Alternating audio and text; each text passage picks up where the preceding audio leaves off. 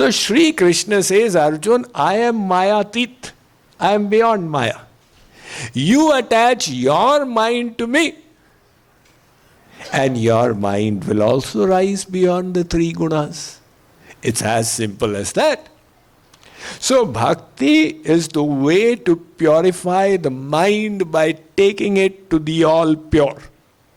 You succeed in attaching your mind to the lotus feet of Sri Krishna, 25%, to God and Guru. That means your mind is now 25% detached from the world. Because there is one mind. Kabira manuva ek hai, bhave jaha lagaya, bhave hari ki bhakti kar, bhave vishaya kamaya. So if you have attached it 25% here, you have detached it 25% from there. Now you have achieved 25% control. If there's a 25% reason for anger, greed, desire, hatred, envy, you will not experience it. You'll brush it off. Because your spiritual power has developed to that extent. This is the Sahaj Virag. And then you increase your attachment at the feet of God to 50%. Your detachment is increased to 50%. Your spiritual power has got enhanced. Now if there's a 50% cause for anger, you will not become angry. In this way, through loving bhakti, you very simply cleanse your mind. In fact, the scriptures say without bhakti, you're just running on the chariot of the mind. Prema bhagati jala binu raghurai abhiyantar mal kabahu na jai. Until you wash your mind in the loving water of devotion, you will not be able to remove the dirt inside. So, this is the advantage. And further, when your mind gets attached to God, so how do you attach your mind to God and how do you live your life with God? It's so simple. God says, look, you call me by any name you like. I am Anantanam, Anantarup, Anantanam Rupaya. Don't get into this thing. Somebody says Ram Nam Sakalate Adhika. Somebody says Krishna Nam Sakalate Adhika. God says, I've got infinite names. You can call me by any name, but you must have love in the heart. So, Sri Krishna, do we need to know some mantras to pray to you? Sri Krishna says, no problem, not required. I look at the sentiments in your heart. Murkho vadati Vishnaya, dhiro vadati Vishnave, tayor mulyam tuvaitulyam bhavagrahi janardana. The scriptures say, look, the scholarly Pandit says Vishnave Namaha. While they do the Havan, Vishnave Namaha. Vishnu Raratamasi Vishnu Snapterestho. But somebody who doesn't know Sanskrit, they say Vishnaya Namah, Ramaya Namah, Krishnaya Namah, Govindaya Namah, Vishnaya Namah. God doesn't care what you said. He sees the language of the heart. One 4-year-old girl, she used to go to the temple and mutter something under her breath with the hands folded.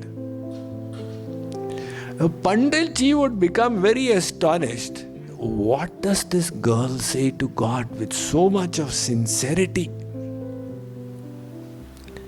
One day he asked the girl, Beti, you don't know any shlokas, mantras. What are you saying to God? She said, Panditji, my mummy and my teacher in kindergarten, they taught me the alphabet. A, B, C, D, E, F, G, H. So I just say it 5 times and I say, oh Shri Krishna, whichever prayer you like, you please make it out of this. I'm giving you the resource material. And Shri Krishna says, this is the best prayer. There is no cunningness in this, no chalaki, 400 BC makkari. It's coming straight from the heart. Sarala hridaya na mana kutilai. God says that complete simple-mindedness is the basis of love. It is so easy to love God. And it's not that you only have to love Him in the temple. Definitely come to the temple as a place of faith. But remember to make the whole world as the temple of God. And worship Him through everything you do. Yat karoshi, yad ashnasi, yat juhosi, dadasi, yat. Shri Krishna says, Arjun, make every work of yours devotion and worship. And then what will happen? Then all your stress will disappear.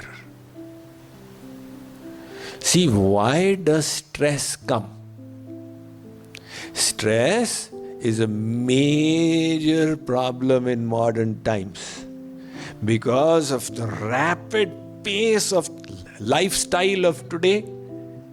People are experiencing huge amounts of stress with its physical consequences. That stress is correlated to 30% of physical afflictions. Ulcers, fibromyalgia, irritable bowel, etc., etc., etc. So how do you handle stress? What is the problem? How do you handle stress? So I once asked Mr. Google, how do you handle stress? Because I had to give a lecture on it. So Mr. Google came up with lots of solutions. Somebody was saying you do Tai Chi. Somebody was saying do yoga. Someone said listen to soothing music. And somebody else said go for a nature walk. Somebody else said sit in meditation. So Google doesn't know. Shri Krishna knows. Shri Krishna gave the answer 5,000 years ago. He said, Karmanye vadhikaraste ma phaleshu kadachana. He said, look Arjun, it is the attachment to the results that stresses one out. Not hard work. You can work from morning till night and you will get a sense of fulfillment. I used my time well. I exerted myself. I got the satisfaction of having done a job to the best of my ability. So never think that hard work is going to stress you out. All the stress is arising because of attachment. One middle-aged lady, she came to me and she said, Swamiji, I am deeply stressed. I said, why? Because of your children?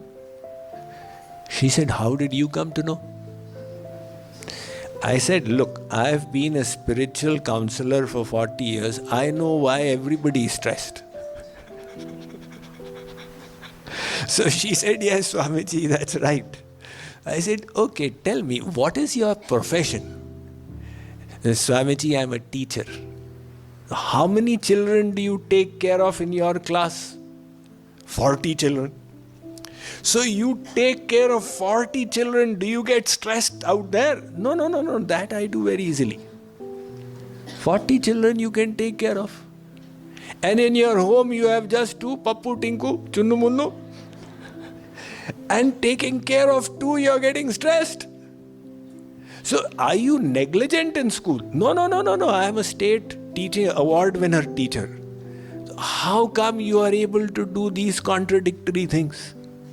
Because in your school, you are doing karmanne vadhikaraste ma phaleshu kadachana. You are doing your duty to the best of your ability, and that's it. Leaving the results in the hands of God. But at home, the stress is because of your attachment. And that is what Sri Krishna is saying. Look, Arjun, the results are never in your hands. Results can come for so many reasons. Your past karmas, the past karmas of others, your present efforts, the present efforts of others, the efforts of competitors. Now, if 5 people have gone for a job interview, it just doesn't depend on your efforts. Your competitors are also there. The collective karma of the place, or sheer chance. You were on the right side of the road and one drunk driver came and hit you. You just happened to be in the wrong place in the wrong time. So, only thing that is in your hands are the efforts. Sri Krishna is giving Arjun common sense advice that has stood the test of times. After 5,000 years, it is still the sovereign recipe to conquer stress. He is saying, Arjun, do your best and leave to God all the rest. Don't focus on results. Focus on efforts. Results will take care of themselves. So how do we detach ourselves from results?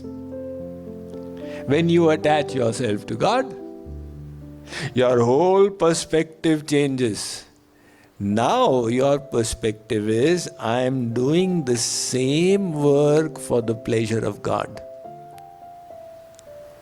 If you are taking care of a family, they are God's family. He has put them in my custody. I am doing my duty, but just doing my duty. No attachment. I am fulfilling my duty for His pleasure.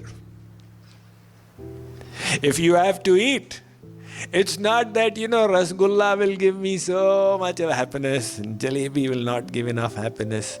No, you are only eating to maintain the body, because this body is the vehicle for your devotion. You need to take care of it. Sharira mahadhyam khalu dharma sadhanam. So even to serve and love Him, I must protect my body. That's why I'm eating. And every work is being offered to Him. If you are earning money, you earn and give it to Him in His service. So the Bhagavad Gita is not a retirement plan. In fact, that is exactly what Arjun wanted to do. Arjun wanted to run away. Sri Krishna said, Arjun, this will not work. Your swabhav, your nature is that of a warrior, administrator. Now that nature will not change. You artificially go into the jungle. Think I'm going to sit there and do Sitaram, Sitaram. Your nature is you're a warrior. You will gather all the Adivasis out there and become their king as well. Instead of that, Arjun, you continue to work as per your nature and take your mind to me. So this brings us to the concept of Karma Yoga. Karma Yoga is what? Sarveshu kaleshu mamanusmara and yudhya cha. Mamanusmara and yudhya cha. Simple, this is Karma Yoga. If people say, Swamiji, one verse that summarizes the whole Gita. So 1/4 of a verse summarizes it. Arjun, at all times remember me and keep doing your work. That's it. Gita complete. Mind in God, body in the world. Man hari mein, tan jagat mein. Karma yoga yahi jaan. So when we are able to do this, the mind will keep getting cleansed. The works will not bind us because we are doing them for His sake. We will receive His grace and our whole perspective will change. If you are remembering God, you will think this world is His. If you are remembering God, you will think they are all His parts. If you are remembering God, you will think I am doing it for His pleasure. If you are remembering God, you will be free of the pride of doership. And you will also do your works to the best of your ability. Like Arjun, he did not, when he continued as a karma yogi, it's not that he became incompetent. He was the best warrior on the battlefield. But it's just an act of service to God. So this concept of karma yoga is doable by everyone. And that is why Sri Krishna taught it on the battleground. There was a strong message there. Many people ask, why did God speak the Gita on the battlefield? Well, the answer is obvious. Arjun went into ignorance. No, that was a Leela. Arjun was a descendant. He was the avatar of Nar from Nar Narayan. He was a God-realized saint. This was a Leela going on. Because before the Mahabharata, when it became imminent that the battle is going to happen, both Arjun and Duryodhan reached Sri Krishna in Dwarka. Sri Krishna understood because he's sitting inside Arjun and he's sitting inside Duryodhan as well. So Sri Krishna knows, but he doesn't say. He pretended to be sleeping. Now here Arjun, and they both arrived at the same time. Arjun, out of his humbleness, sat at Sri Krishna's feet. And Duryodhan, out of his arrogance, sat by the side of Sri Krishna's head. So at the right time, Sri Krishna opened his eyes. Parth, you are here? Duryodhan said, I am also here. Okay. What do you want? So they both beseech Sri Krishna to be on their side in the war. Sri Krishna said, look, you are both my cousins, so I will not be partial. On one side will be my one Akshoheni Yadu army, on the other side me, but I will not fight. I will not lift weapons. And because I saw Arjun first, he gets the first choice. So Arjun said, what is there to choose? It's a no-brainer, I choose you, Sri Krishna. Duryodhan said, oh my God, I won the day. So he delighted, he went off with the Yadu army. Which means Arjun was in complete knowledge. And yet, when the battle was about to begin, the conch shells had been blown. Shankhan dadmoho prithak prithak. Start! Now Arjun says, Sri Krishna, I will not fight. What is the problem? There are my Gurujans out there. So, they will get killed. So, their wives will become widow. So, there will be unwanted progeny. I will get sin and I'll go to hell. You ask Arjun, did you not know before the war who is fighting on the other side? Was it some new revelation? No, I knew very well.